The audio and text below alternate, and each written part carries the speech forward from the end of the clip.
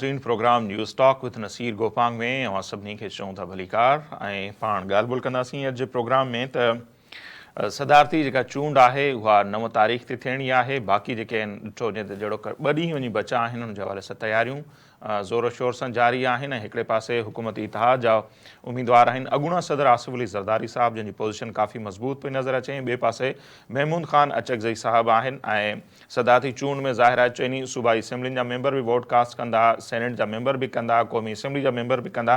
जेका हींअर ताईं सूरत हाल नज़र अचे पई सिंध हुजे, पंजाब हुजे, बलोचिस्तान हुजे या क़ौमी असेंबली सूरत हाल, उते आसिफ अली ज़रदारी साहब जी पोज़ीशन काफ़ी स्ट्रॉन्ग आहे। बाक़ी ख़ैबर पख्तूनख्वा में ॾिसूं था त महमूद ख़ान अचकज़ई साहब जेके आहिनि उहे हाणे PTI जा या सुन्नी इतिहाद काउंसिल जंहिंखे असीं चऊं उन्हनि जा उम्मीदवार आहिनि। सो उते उन्हनि जी पोज़ीशन मज़बूत थी नज़र अचे। सो ओवरऑल कोई एॾो ख़ासि मुक़ाबिलो नज़र अचे कोन पियो ऐं जॾहिं इहा चूंड मुकमल थी वेंदी त हिकिड़े पासे आसिफ अली ज़रदारी साहब हूंदा सदारती कुर्सी ते जेके मफ़ाहिम जा बानी सम्झा वञनि था, मफ़ाहिम जा बादशाह, ऐं ॿिए पासे शहबाज शरीफ़ साहब आहिनि जेके बि काफ़ी थधे मिज़ाज जा जेके आहिनि से सियासतदान लिखिया वञनि था ऐं मफ़ाहिम जे हवाले सां उन्हनि जो बि हिकिड़ो कंट्रीब्यूशन आहे। सो ही ॿई जॾहिं अॻवान इन्हनि ॿिन्ही उहिदनि ते हूंदा, सदर जी कुर्सी ते ऐं वज़ीर आज़म जी कुर्सी ते मफ़ाहिमत पसंदि, त छा मुल्क जूं हालतूं बहितर थींदियूं ऐं पॉलिटिकल ख़ासि तौर ते सूरत हाल जी असीं ॻाल्हि कयूं त उन में का नरमी ईंदी या सूरत हाल बहितर ख़राबु थींदी, उन ते ॻाल्हि ॿोल कंदासीं। छाकाणि त हींअर ताईं सुन्नी इतिहाद काउंसिल चऊं या बार बार ऐं चवंदा आहिनि असल में PTI जा ई मेंबर आहिनि। सो उन्हनि जे रवैयनि में का सच ख़ासि तब्दीली असांखे नज़र कोन पई अचे। अडियाला जेल में मौजूदु उन्हनि जा पार्टी जा जेके बानी सरबराह आहिनि उहे अॼु बि इहा शिकायत था कनि। गुज़िरी जेका मीडिया सां उन्हनि ॻाल्हि ॿोल कई, कुझु नुमाइंदनि उन्हनि सां मुलाक़ात कई त हू उन्हनि खे अञा ताईं उमेदु आहे त जेके ताक़तवर हल्का आहिनि उहे उन्हनि सां छो कोन था ॻाल्हाइनि। मतिलबु उन्हनि जी ख़्वाहिश आहे त उहे अची उन्हनि सां मिलनि, उन्हनि सां ॻाल्हाइनि। बहरहाल पॉलिटिकल क़यादत सां अॼु बि हू वेहण जे लाइ तयारु न आहे। उन्हनि कल्ह जेका ॻाल्हि ॿोल कई, शिकायत कई त 8 फ़रवरी यानी इलेक्शन खां पोइ उन्हनि सां केरु बि नाहे मिलियो ऐं उन्हनि जी ख़्वाहिश आहे त उन्हनि सां मुलाक़ात थिए। गॾोगॾु उन्हनि जेका कोर कमांडर कॉन्फ्रेंस थी आहे उन जेको बयानियो आहे जंहिंमें वाज़े तौर ते इहो चयो वियो आहे त 9 मई जे वाक़िअनि में जेके बि मुलविस माण्हू आहिनि उन्हनि सां का रिआयत न थींदी। सो ख़ान साहब उन बयान जी आजियां कई आहे ऐं बाक़ी हू सियासी क़यादत सां मिलण लाइ तयारु न आहिनि। जंहिं बयान जी हू आजियां कनि था उन जा ई केस ख़ान साहब ते पाण ते बि दाख़िल थियल आहिनि। उन्हनि जो मुख़्तलिफ़ अॻवाननि जो जेके आहिनि सो ऑडियो कॉल जेके आहिनि उहे लीक थियूं। यास्मीन राशिद साहिबा हुजनि, मुराद सईद साहब हुजनि, ऐं उहे चवनि था त जेकॾहिं उन्हनि जे अॻवान खे गिरफ़्तार कयो वञे त किथे किथे वञिणो आहे, छा करिणो आहे। सो उन्हनि जा ई माण्हू जेके आहिनि उहे मुख़्तलिफ़ केसनि में क़ैद बि आहिनि। सो अॼु प्रोग्राम में पाण उन ते बि ॻाल्हि ॿोल कंदासीं। गॾोगॾु अव्हांखे ॿुधाईंदा हलूं त मख़सूस सीटुनि वारो जेको मामिलो आहे उहो बि अहमियत अख़्तियार कंदो पियो वञे। आचर वारे ॾिहाड़े ते पेशावर में उतां जेका सूबाई हुकूमत आहे उहा एहतजाज पई करे। वॾा वज़ीर जेके आहिनि उतां जा अली मीन गंडापुर उहे उन एहतजाज जी क़यादत कंदा मख़सूस सीटूं न मिलण ते। ऐं हाणे इहे मामला कोर्टुनि में बि अची विया आहिनि। पेशावर हाई कोर्ट 13 मार्च ताईं मख़सूस सीटुनि ते जेके आया आहिनि माण्हू उन्हनि खे हलफ़ खणण खां रोके छॾियो आहे। ऐं गॾोगॾु जेके सुन्नी इतिहाद काउंसिल जा चेयरमैन आहिनि हामिद रज़ा साहब जेके आहिनि उन्हनि बि पहिरियों हालांकि लिखत में इहो ॾिनो हो त उहे इलेक्शन में ई उन्हनि जी पार्टी हिसो न वरितो, उन करे उन्हनि मख़सूस सीटूं ई जमा न करायूं हुयूं, उन करे हू मख़सूस सीटुनि जी दावा नथा कनि। पर हाणे उन्हनि इहो मामिलो लाहौर हाई कोर्ट में चैलेंज कयो आहे। असां पाण उन ते बि ॻाल्हि ॿोल कंदासीं। ऐं सभ खां अहम ॻाल्हि ज़ुल्फ़िकार अली भुट्टो साहिब जो जेको रेफरेंस हो 45 साल अॻु उन्हनि खे फाही जी सज़ा ॾिनी वई हुई, फाही आई हुई ऐं लाहौर हाई कोर्ट जेको फ़ैसिलो हो मौलवी मुश्ताक जो ॾिनल फ़ैसिलो उनखे सुप्रीम कोर्ट जी जेका उन वक़्त जी जेका बेंच हुई जंहिंजी क़यादत करे रहियो शेख अनवारुल हक़ साहब उन्हनि बरक़रार रखियो हो ऐं उनखां पोइ ज़ाहिर उनखे जुडिशल मर्डर करार ॾिनो वियो हो। ऐं जस्टिस नसीम हसन शाह साहब जेके TV इंटरव्यू में अची उन्हनि एतिराफ़ बि कयो, पंहिंजी किताब में बि लिखियो त उन्हनि ते उन वक़्तु जेका फ़ौजी क़यादत हुई त जुडिशरी ते दबाव हो ऐं उन दबाव में अची उन्हनि ज़ुल्फ़िकार अली भुट्टो साहब खे जेका आहे सो फांसी जी सज़ा ॾिनी हुई। सो उनखां पोइ असां ॾिठोसीं त साल 2011 में आसिफ अली ज़रदारी साहब जॾहिं मुल्क जा सदर हुआ त उन्हनि सुप्रीम कोर्ट में सदारती रेफरेंस दाख़िल कई हुई त ज़ुल्फ़िकार अली भुट्टो साहब जो जेको फ़ैसिलो आहे उन सां इंसाफ़ न थियो, उन सां इंसाफ़ थिए। बहरहाल 2-3 ॿुधणियूं थियूं हुयूं। इफ़्तिख़ार मोहम्मद चौधरी साहब जॾहिं चीफ जस्टिस हुआ हीउ मामिलो रुकिजी वियो हो ऐं जस्टिस काज़ी फ़ाइज़ सां सुप्रीम कोर्ट जे चीफ जस्टिस तौरु हलफ़ खणण खां पोइ इन मामले खे ॿीहर जेको आहे सो खयों। त हिकिड़ी उमेद पैदा थी हुई त इन फ़ैसिले खे कालअदम करार ॾिनो वेंदो ऐं ज़ुल्फ़िकार अली भुट्टो साहब सां 44 सालनि खां पोइ सही इंसाफ़ थींदो। पर गुज़िरियल ॾींहुं जेका महफ़ूज़ कयल राय आहे या जेको फ़ैसिलो आहे उहो ॿुधायो वियो ऐं इन ताईं मुख़्तसर फ़ैसिलो या मुख़्तसर राय ॿुधाई वई जंहिंमें सिर्फ़ु एतिरो चयो वियो त ज़ुल्फ़िकार अली भुट्टो साहब खे फ्री ट्रायल जो मौक़ो फ़राहम न कयो वियो जेको हुनजो बुनियादी हक़ हो। हालांकि उमेद हुई त उन फ़ैसिले खे कालदम करार ॾिनो वेंदो या जेके उन दौर जा जेके किरदार हुआ उन फ़ैसिले जे पुठियां उन्हनि जो तयन कयो वेंदो त घटि में घटि सिंबॉलिकली सही, बहरहाल उन्हनि जो तयन थियणु खपे हा, सज़ाऊं अचनि हा न अचनि हा, बहरहाल उन्हनि जो तयन ज़रूरु थियणु खपे हा, जेको न थियो आहे। फ़ैसिलो अची चुको आहे, उनजे करे पाण उन ते ॻाल्हायूं पिया। मुख़्तसर फ़ैसिलो आहे, तफ़सीली फ़ैसिलो अचिणो आहे। अॼु जे प्रोग्राम में पाण उन ते बि ॻाल्हि ॿोल कंदासीं। हींअर इस्लामाबाद वञा सीनियर सहाफ़ी ऐं तर्ज़ निगार आहिनि अब्दुल रज़ाक खत्री साहब, उहे असां सां टेलीफोन लाइन ते मौजूदु आहिनि। खत्री साहब, तमामु घणी महिरबानी अव्हां जी, ही समूरा मामला अव्हां जे आॾो आहिनि। इलेक्शन वग़ैरह थी वई, कैबिनेट जे हवाले सां, वफ़ाक़ी कैबिनेट जे हवाले सां त फ़ैसिला थियनि पिया ऐं नाला बि अचनि पिया, छा कुझु थिए पियो, सूबनि में बि हुकूमतूं जुड़नि पियूं। त ओवरऑल छा असर हाणे असीं इहा तसली कयूं त जीअं शहबाज़ शरीफ़ साहब जे हवाले सां मशहूरु आहे त हू बि मफ़ाहिमत पसंदि आहे, काफ़ी थधो आहे ऐं सदारती कुर्सी ते बि आसिफ अली ज़रदारी साहब अचनि पिया, 9 तारीख़ ते सदारती चूंड बि आहे। सो हाणे सदर बि हूंदो मफ़ाहिमत पसंदि, वज़ीर आज़म बि मफ़ाहिमत पसंदि हूंदो, त मुल्क जा मामला अव्हां कीअं था ॾिसो, बहितर अंदाज़ सां अॻिते वधंदा या नवाज़ शरीफ़ लाइ या नवाज़ लीग लाइ हुकूमत हलाइणु मुश्किल हूंदो? अदा वॾी महिरबानी तव्हांजी नसीर साहब। हाणे मुंहिंजो ख़्यालु इहो आहे त मुफ़ाहिमत पसंदी त ज़ाहिर आहे त हाणे उहो त पाकिस्तान में जेको हाइब्रिड रिजीम जो दौर 18 में शुरू थियो हो, सो हाणे ही हाइब्रिड 2 आहे, यानी उहो प्लस ई आहे। पर जेकॾहिं अञा मथे चई सघिजे थो त उहो बि तव्हां उनखे दर्जो ॾेई सघो था। असल में इहे सभु फरमान बरदारी, ही सभु ॻाल्हियूं पंहिंजी जाइ ते। ही तव्हां इलेक्शन में हिकिड़ी ॻाल्हि नोट कई हूंदी त ही वाहिद उहा इलेक्शन हुई जंहिंमें हिकिड़ी सॼी जमात जेका आहे उहो उनखे जलसा करण जी बि इजाज़त न ॾिनी हुई, पर बाक़ी जेके ॿियूं जमायतूं हुयूं उन्हनि वटि 2 वॾियूं जेके जमातूं, पाकिस्तान मुस्लिम लीग नून ऐं पाकिस्तान पीपल्स पार्टी, उन्हनि ॿिन्हिनि वटि तरक़ी जे नज़रिए जी ॻाल्हि हुई। ऐं ज़ाहिर आहे तरक़ी त तव्हां तॾहिं करे सघो था जॾहिं तव्हां वटि पैसा हुजनि।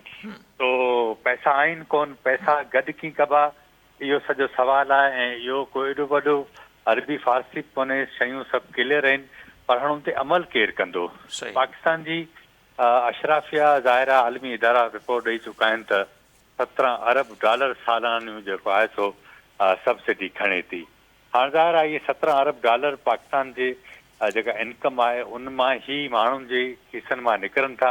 उहे पैसा तव्हांखे कीअं तव्हां उहे रोके सघो था? हाणे उनजो तरीक़ेकार तमामु घणा आहिनि, पर छाकाणि उन ते केरु अमल करे? यानी तव्हां पेट्रोल इम्पोर्ट कयो था, उनजे लाइ तव्हांखे डॉलर खपे। तव्हां ॿियूं जेके शयूं लग्ज़री आइटम इम्पोर्ट करियो था, उनजे लाइ तव्हांखे डॉलर खपे ऐं तव्हां वटि पैसा आहिनि कोन। त हाणे अल्टीमेटली तव्हांखे वञिणो पवंदो IMF वटि। हाणे हिननि प्लान ते इहो कयो आहे त $8 अरब जो प्लान प्रोग्राम में वञिजे, पर हिननि तक़रीबन कोई मुंहिंजो ख़्याल आहे शायदि 6 महीननि जी जेका निगरान गवर्नमेंट हुई उन जेके फ़ैसिला कया आहिनि, जेको गैस हाणे वेंदे वेंदे जेका मंज़ूरी ॾेई वई आहे उनखे वधाइण जी, उनजा बिल हाणे हिन महीने अचणा आहिनि। ठीकु आहिनि। उन में जेके रड़ियूं निकिरणियूं आहिनि, बिजली जा जेके बिल आहिनि उन्हनि में माण्हुनि जूं रड़ियूं निकिरणियूं आहिनि ऐं उनजे नतीजे में महांगाई जो वरी जेको नओं तूफ़ान अचिणो आहे उनखे कंट्रोल त पंहिंजी जाइ ते उहो कीअं कंदा, उहो त गवर्नेंस जो मामिलो पंहिंजी जाइ ते आहे। पर ही वरी नओं जेको मुआइदो करणु वञनि था उनमें वरी नवां शर्त आहिनि। यानी हिननि खे चवनि था त बाबा तजवीज़ूं मुख़्तलिफ़ आहिनि, पेंशन बि ख़तमु कयो ऐं जेके गैस आहे उनमें अञा इज़ाफ़ो कयो, बिजली में अञा वधीक इज़ाफ़ो कयो। त ही जेको आम माण्हू आहे उहो वीचारो केॾांहुं वेंदो? हाणे तो ही वॾो चैलेंज असल में रियासत जे लाइ आहे।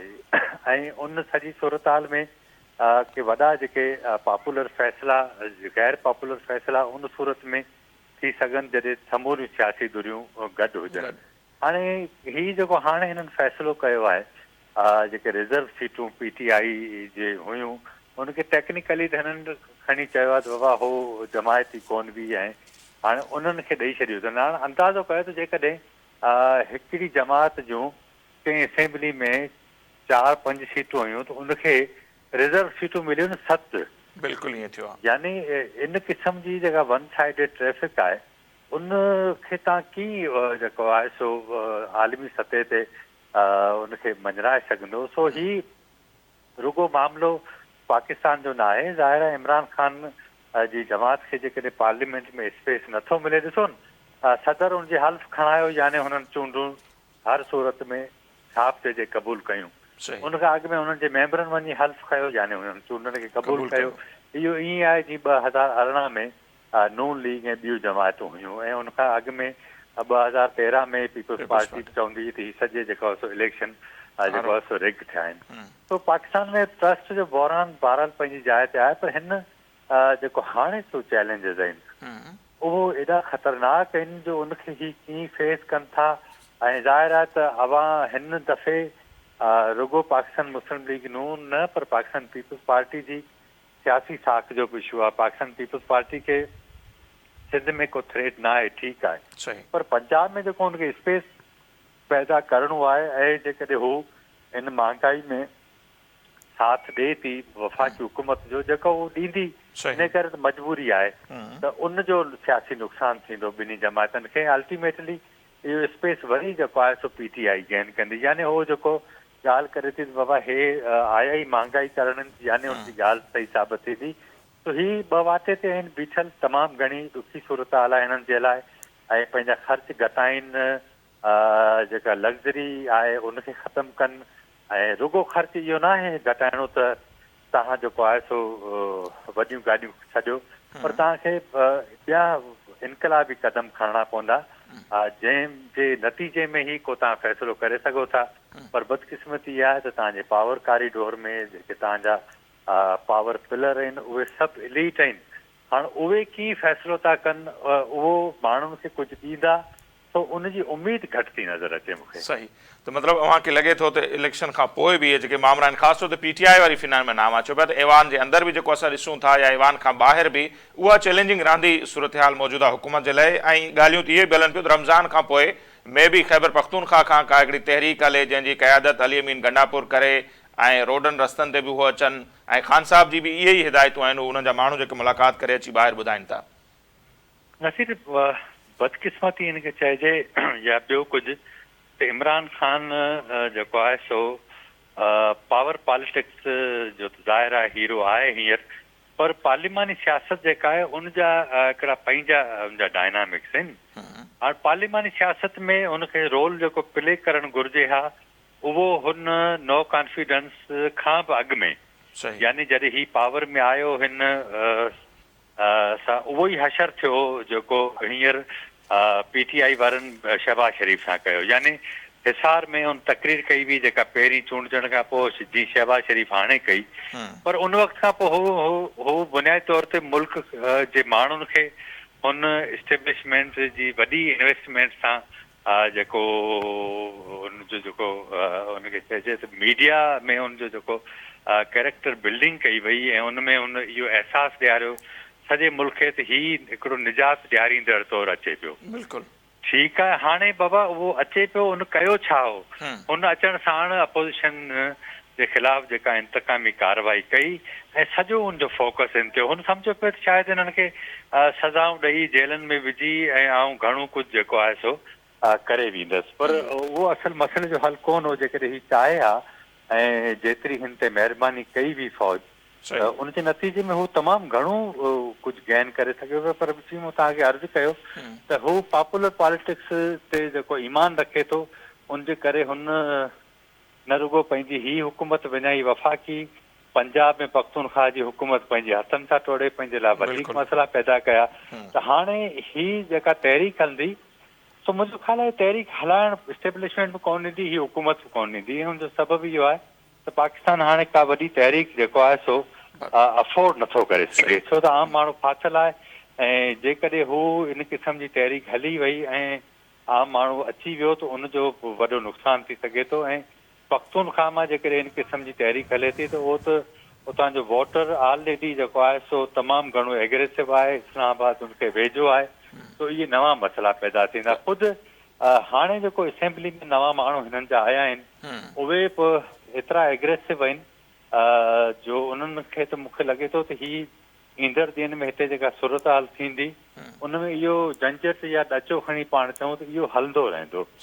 तो असल में संजीदगी जी ज़रूरत आहे बुनियादी तौर ते 20-25 सालनि जे प्लान ते को ही सभु दुरियूं विहनि ऐं हल कनि पर उहो उन सूरत में थी सघे थो जॾहिं PTI खे को स्पेस मिले। हाणे इलेक्शन कमीशन करे छॾियो आहे फ़ैसिलो, हाणे ही जॾहिं हाई कोर्ट वञनि उन खां पोइ सुप्रीम कोर्ट, उतां उन्हनि खे रिलीफ मिले थो नथो मिले इहा ॿी ॻाल्हि आहे, पर जेके हालतूं ॿुधाइनि थियूं उन मां त लॻे थो त शायदि उनखे को एॾो वॾो रिलीफ न मिली सघे।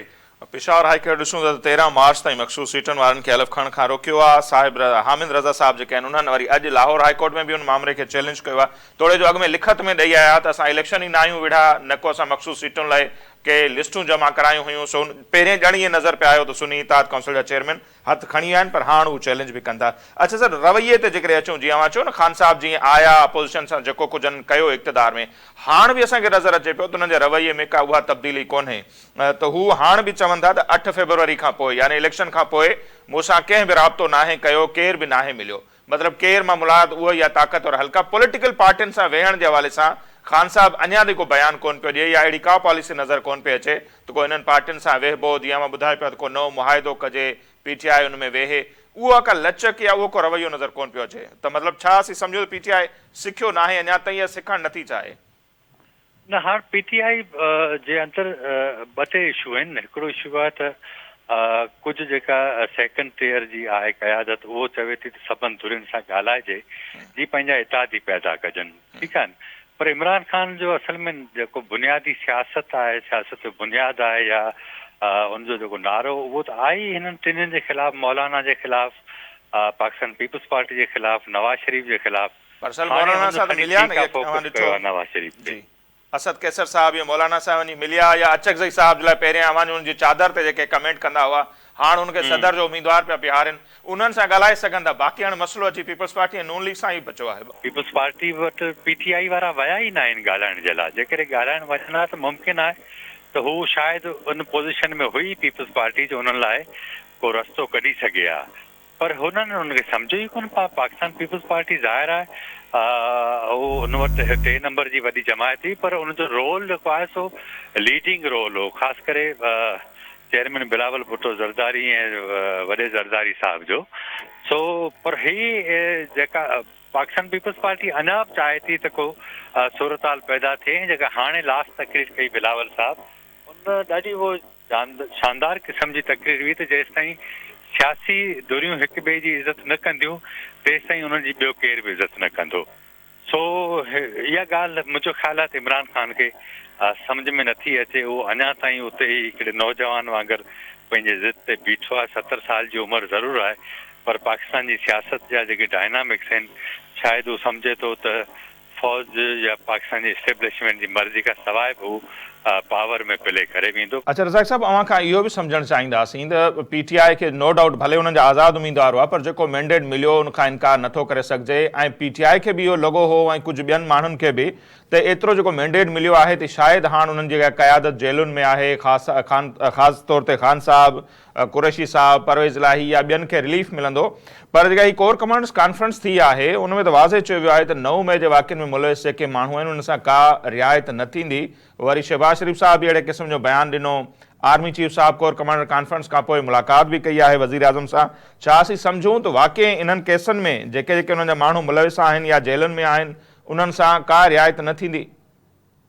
असल में ही कोर कमांडर कॉन्फ्रेंस जी जेको प्रेस रिलीज जारी थी हुई, तव्हांखे यादि हूंदो त उन ॾींहुं सुबुह जो हिकिड़ी ख़बर आई जंहिंमें लाहौर जी दहशतगर्दी अदालत, मुंहिंजो ख़्यालु आहे शायदि कुझु 16 माण्हुनि जेके जवाबदार हुया हुननि जी ज़मानत खई हुई। बिल्कुलु। त उहो इन करे त उनखां अॻु में इहे ॻाल्हियूं हलियूं पिए हिते पावर कॉरिडोर में त PTI सां ॻाल्हियूं ॿोलियूं जेको आहे जो सिलसिलो हले थो बैकडोर, ऐं ख़ुदि हिते इहा बि इंफॉर्मेशन हुई त पाकिस्तान मुस्लिम लीग नून ऐं पाकिस्तान पीपल्स पार्टी इन ॻाल्हि ते इतफ़ाक़ कयो आहे त मुफ़ाहमत जे तौर ते हिननि जा जेके कारकुन आहिनि जेलनि में उन्हनि खे आज़ादु कयो वञे, पर हार्ड कोर जेके आहिनि 9 मई में मुलविस उन्हनि खां सवाइ। सो इन क़िस्म जूं जेके ॻाल्हियूं थियूं पिए ऐं पोइ हीअ जेका ज़मानत थी उनजे तनाज़ुर में ई मुंहिंजो ख़्यालु आहे त हू पाकिस्तान जी इस्टेब्लिशमेंट पंहिंजी पोज़ीशन बिल्कुलु क्लियर कई ऐं वाज़े कई, ऐं इन्हनि जेके हुकुमरान जमातूं आहिनि उन्हनि जे आॾो बि इहो वाज़े कयो आहे त इन मामले ते का ॻाल्हि ॿोल न थींदी। त इहो ई सबबु आहे त हिन वक़्तु फ़िलहालु हे नई हुकूमत आई आहे, जेसि ताईं ही मामला हलाए थी उन वक़्तु ताईं त फ़िलहाल इमरान ख़ान सां ॻाल्हियूं कोन थींदियूं, पर छाकाणि त जॾहिं 2017 में मियां नवाज़ शरीफ़ सां जेको कुझु थियो हो, उन वक़्तु कंहिं इहो अंदाज़ो त लॻायो त इमरान ख़ान जो सिज बि लही वेंदो ऐं हे वरी पावर में अची वेंदा। सो सियासत में बहरहाल मुमकिनात जो इहो जेको आहे सो रांदि आहे, उनमें कुझु बि मुमकिन आहे। सुभाणे जेको कुझु अॼु हिन इमरान ख़ान सां थिए पियो ऐं हे जेके दूरियूं आहिनि हींअर पावर में, सुभाणे हुननि सां कुझु थी सघे थो। पर हीउ जेको दाइरनि जो सफ़र आहे इनखे तव्हांखे ख़तमु करणो पवंदो, छाकाणि त 24 करोड़ माण्हुनि जो मुल्क आहे। हिन में 65% यूथ आहे जेका पंहिंजे मुस्तक़बिल जे हवाले सां तमामु घणी परेशान आहे। उनखे एक्सपर्टीज़ खपनि थियूं, उनखे इदारा खपनि था जेके उन्हनि जी एतिरी सिख्या कनि जो हू मुल्क में दुनिया में वेही पंहिंजे लाइ ऐं मुल्क लाइ को सुठो रोल प्ले करे सघनि। सो हिन जहिड़े में मुंहिंजो ख़्यालु न आहे त को तव्हांखे फ्रूटफुल सूरताल मिले। इहा ज़रूरु ॻाल्हि आहे त जंहिंखे जेको मैंडेट मिलियो आहे उनजो हक़ आहे, उहो उनखे मिलणु घुरिजे। ठीकु आहे, इमरान ख़ान खे तव्हां टेक्निकली नॉकआउट कयो आहे, असां सम्झूं था, पर बुनियादी तौर ते सियासी फ़ैसिलो हो। इलेक्शन कमीशन टेक्निकली उनखे रिज़र्व सीटूं न ॾिनियूं, सियासी फ़ैसिलो हो ऐं सभई सम्झनि था। ऐं पानामा वारी जेका सूरताल उन वक़्तु जेका साम्हूं हुई, उन वक़्तु त खणी चीफ जस्टिस हिननि खे सिसिलियन माफ़िया चयो, पर उनजे बावजूदि जेका मीडिया हुई ऐं जंहिं मीडिया जेको रोल प्ले कयो, माण्हुनि चयो दादा ही ठीकु था चवनि, हे सॼो मुल्क खाई विया आहिनि। पर हाणे जेका सूरताल थी आहे हिन वक़्तु, जंहिं वक़्तु पाण ॻाल्हायूं था, या 8 फेबरवरी ते इलेक्शन थिया या उनखां अॻु में जेको कुझु थियो, उहो केर बि उनखे तस्लीम करण लाइ तयारु न आहे। यानी सभई माण्हू चवनि था त इमरान जूं जेको आहे सो इमरान ख़ान जूं 1000 ख़राबियूं हुयूं, पर उनजे बावजूदि 2022 जे अप्रैल में जेको हुनजे ख़िलाफ़ नो कॉन्फिडेंस आयो, जॾहिं पॉपुलरिटी बिल्कुलु उनजी हेठि हुई, उनखां पोइ हुन पॉपुलरिटी आहिस्ते आहिस्ते गेन कई आहे। इन करे त 16 महीननि जी जेका PDM जी हुकूमत, उनजा फ़ैसिला ॾिसो न, आम माण्हू वीचारो मूंखे ॿुधायो त हिन वक़्तु जेके 17-18 हज़ार रुपया पगार मिले थो, बिल्कुलु उहो माण्हू छा बिजली जा बिल भरींदो, घर जो किरायो भरींदो, अटो आणींदो, छा कंदो? यानी तव्हां तसवर नथा करे सघो। हाणे हिते इस्लामाबाद जहिड़े शहर में असांखे यानी टैक्सी हलाईंदड़ माण्हू जेके आहिनि उहे पिन ते नज़र अचनि था। इहो जेको सॼो बहरान आहे, हिन बहरान खे ही हाणे हिन जहिड़े जो मुल्क मुतमल नथो थी सघे। ठीकु आहे, अशराफिया आहे, उनजा जेके मॉल आहिनि, उनजा जेके पोश इलाइक़ा आहिनि, उते तव्हांखे रश नज़र अचे थी, पर तव्हां आम मार्केटनि में हलिया वञो, उते तव्हांखे ख़रीदार नथो मिले। हाणे अल्टीमेटली ॾिसो, हिन मामले जो हल तव्हांखे कढणो पवंदो। इहो उनजो कढण जे लाइ तव्हांखे तरीक़ा ॾियणा पवंदा। ज़ाहिर आहे इहो इस्टेब्लिशमेंट जेको फ्रैंकनस्टाइन पैदा कयो आहे हिन सॼे सियासत जे मैदान में, उनजो हल उनखे ई ॾियणो पवंदो। तो ही हिन सियासी पार्टियुनि जे त ॻिची में ऑलरेडी आहे, पर ज़ाहिर आहे इस्टेब्लिशमेंट जे ॻिची में आहे। हाणे उनखे सम्झाए केरु, असल मसइलो इहो आहे। तो उहो उन सूरताल में सम्झी सघे हा जॾहिं तव्हां उनखे उनजो जेको मैंडेट हो उनखे ॾियो हा। सो बहरहाल उहो न ॾिनो त अञा उनजा मसइला वधीक ख़राब थींदा। को बहितरी मूंखे बहरहाल नज़र नथी अचे हिन गवर्नमेंट जे हथ में। शायदि अहिड़ियूं शयूं हुजनि बि न जो हू के एॾा वॾा गैर मामूली फ़ैसिला करे मुल्क खे बहरान मां कढे। अच्छा खटीक साहब, ज़ुल्फ़िकार अली भुट्टो रेफरेंस ते जेको मुख़्तसर राय आई आहे, उन ते अव्हांजी राय बि असां ज़रूरु मालूम कंदासीं। छा था सम्झो? कुझु माण्हू चवणा त सिर्फ़ु एतिरो चई छॾणु काफ़ी न हो त उन्हनि खे फ्री ट्रायल जो मौक़ो न मिलियो, बल्कि जेके बि ज़िम्मेवार हुआ उन्हनि जे लाइ कुझु हिकिड़ो तयन थियणु खपे हा त ही ज़िम्मेवार हुआ, तीअं हिकिड़ो सिम्बॉलिकली सही, पर उन्हनि खे के सज़ाऊं अचनि हा या कुझु थिए हा। अव्हां कीअं था ॾिसो जेका मुख़्तसर राय आई आहे त फ्री ट्रायल जो मौक़ो न ॾिनो वियो? मूंखे त नसीर साहब ॾाढी डिसअपॉइंटमेंट थी आहे। ॻाल्हि इहा आहे त फेयर ट्रायल जो मौक़ो न ॾिनो वियो, फ़ैसिलो कालदम करार छो न ॾिनो वियो? जंहिं माण्हू खे तव्हां फेयर ट्रायल जो मौक़ो नथा ॾियो, उनखे सुप्रीम कोर्ट फांसी जी सज़ा ॾिनी ऐं उहो माण्हू टंगिजी वियो। ठीकु आहे, ऐं उहो को आम माण्हू कोन हो। ठीकु आहे न, ऐं उहो न रुगो पाकिस्तान जो लीडर हो, पर उहो दुनिया में उनजी मौतरफ़ हुई, दुनिया उनजी सियासी विज़डम जी मौतरफ़ हुई। ठीकु आहे, ऐं तव्हां जेको आहे सो उहो फ़ैसिलो ॾिनो आहे, फेयर ट्रायल जो मौक़ो न मिलियो, तव्हां उहो फ़ैसिलो कालदम करार छो कोन ॾिनो? यानी फेयर ट्रायल न हो, यानी फ़ैसिलो जेको थियो आहे उहो ग़लति थियो। तव्हां फ़ैसिलो कालदम करार ॾियो आहे। जॾहिं फ़ैसिलो कालदम करार ॾिनो वञे हा त पोइ ज़ाहिर आहे त नयूं शयूं उथनि हा, छाकाणि त इहो राय बि सुप्रीम कोर्ट जी सदारती रेफरेंस जी रोशनी में त फ़ैसिलो मुंहिंजो ख़्यालु आहे त हिननि खे ॾियणु घुरिजे हा, त कालदम करार ॾियणु घुरिजे हा हिन राय में। ऐं इहो आउं त ज़ाती तौर ते मूं ट्वीट बि कयो हुयो, मूंखे हिन ते ॾाढो जेको आहे सो मायूसी थी आहे। ख़ैर दुनिया सॼी खे ख़बर आहे सुप्रीम कोर्ट अॻु में बि जेके फ़ैसिला कया आहिनि उहे कंहिंखां लिकियल आहिनि। पाकिस्तान जो अदालती निज़ाम उनजी जेका साख आहे उहो कंहिंखां गुझी आहे।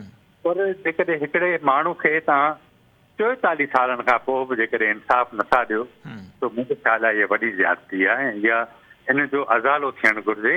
ऐं हीउ फ़ैसिलो कालदम करार ॾिनो वञे हा, राय ॾिनी वञे हा त शायदि वधीक बहितर हुयो ऐं पोइ मुमकिन आहे त पोइ वरी ॿियनि जो माण्हू क़बरूं खोटे सघे हा, पर इहो ज़्यादती थी आहे मुतताज़ सां। ठीकु आहे खटी साहब, तमामु घणी महिरबानी, तव्हां पंहिंजी राय ॾिनी।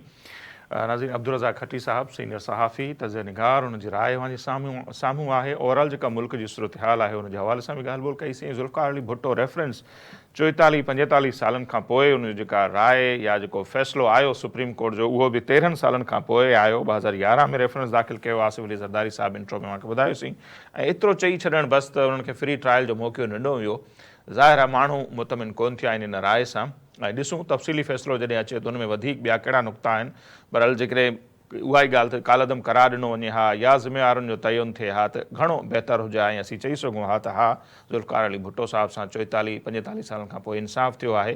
पर उहो इंसाफ़ स्टिल नज़र कोन पियो अचे। सिर्फ़ु एतिरो चई छॾणु काफ़ी न हो त उन्हनि खे फ्री ट्रायल जो मौक़ो न मिलियो। पर हल हिते वक़्तु पियो मुख़्तसर ब्रेक जो ब्रेक वठंदासीं, वापसि ईंदासीं त हिननि मामलनि ते अञा पाण तफ़सीली तौर ते ॻाल्हि ॿोल कंदासीं।